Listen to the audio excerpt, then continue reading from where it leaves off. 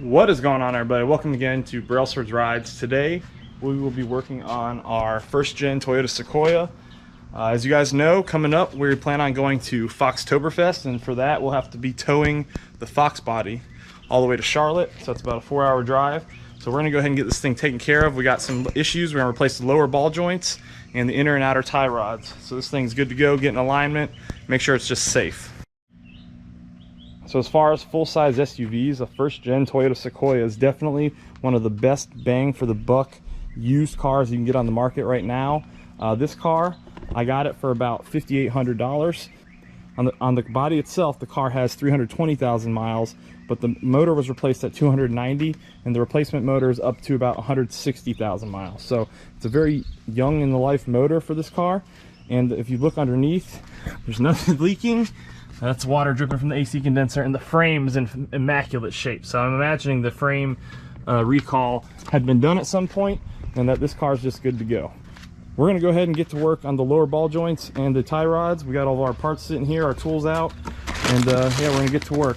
So we are using TRQ tie rod ends, but we did spend the extra money for the Toyota lower ball joints. So definitely for lower ball joints, since this is a high fail part, make sure you guys go OEM for the peace of mind. So first thing you're gonna do is you're gonna move your wheel. Next, we got to separate the tie rod from the lower ball joint. So you're gonna need to go ahead and bend this cotter pin out.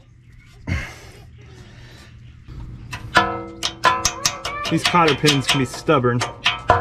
Next, we're gonna separate 19mm socket. Once you get the nut loose, you can put it back on. Then you're gonna use your ball joint separation tool, or you can use the hammer, the old school method, but I like using these guys.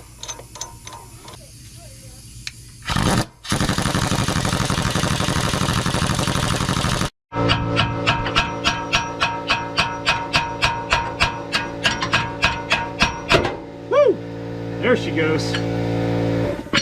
That was loud. Yeah, these things can be stuck, guys. Be careful. Alright, remove that top nut. Alright, don't lose that. Next, you're going to remove the lower cotter pin from the castle nut. Don't lose that one either. Then you remove this castle nut. Next, you get a size 24mm deep socket, and you're going to remove that castle nut.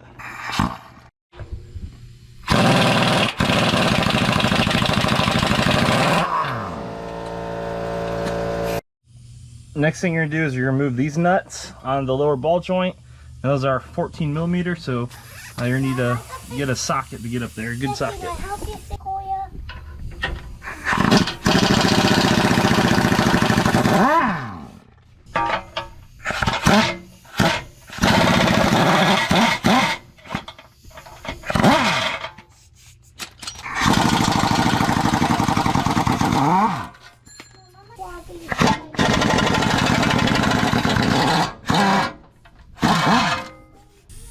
Alright, now that we got that, we got to separate the lower ball joint. So there's a couple ways to do this. We don't need to save it, so we can hit it with a hammer to pop it free, but we're going to have to be careful with the rotor. It's going to be free hanging here in a second.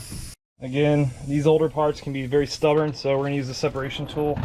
Hopefully this will get it.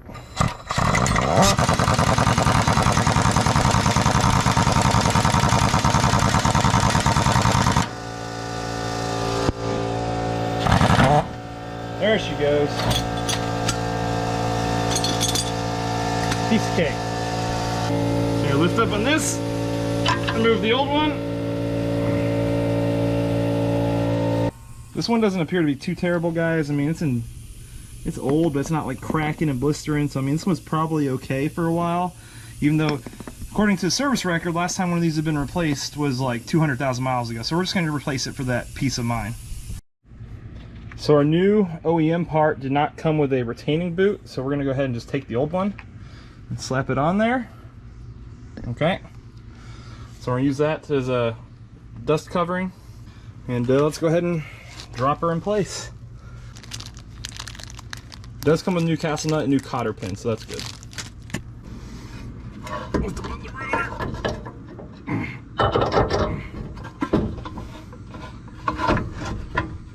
there we go. Got it in place. You can go ahead and get the new castle nut started on the bottom.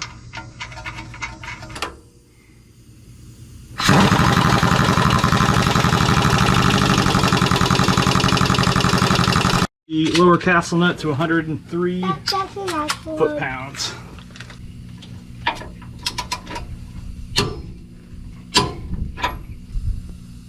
If your cotter pin doesn't have enough room to get in, give it a little more. You always go a little bit tighter. Perfect. New cotter pins in. Next, take your 14 millimeters. Start threading them in. Make sure that you don't cross thread.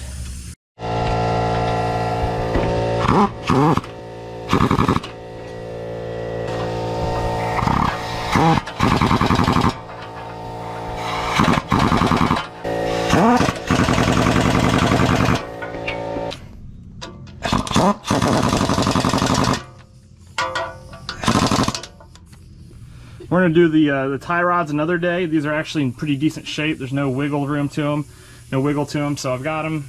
We will need to get some new end links, as you can see, for the sway bar. That's another day project as well. It should be another quick install. But big thing I was worried about was the lower ball joints. So we're going to go ahead and tighten this down. Put the castle nut back on it.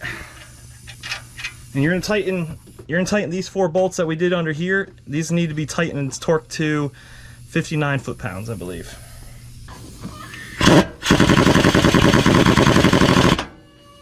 Next, you're going to torque this to 67 foot-pounds, and then you're going to reinstall your cotter pin. Now the cotter pin safely installed, cotter pin back installed, we can reinstall our wheel, and this side's done.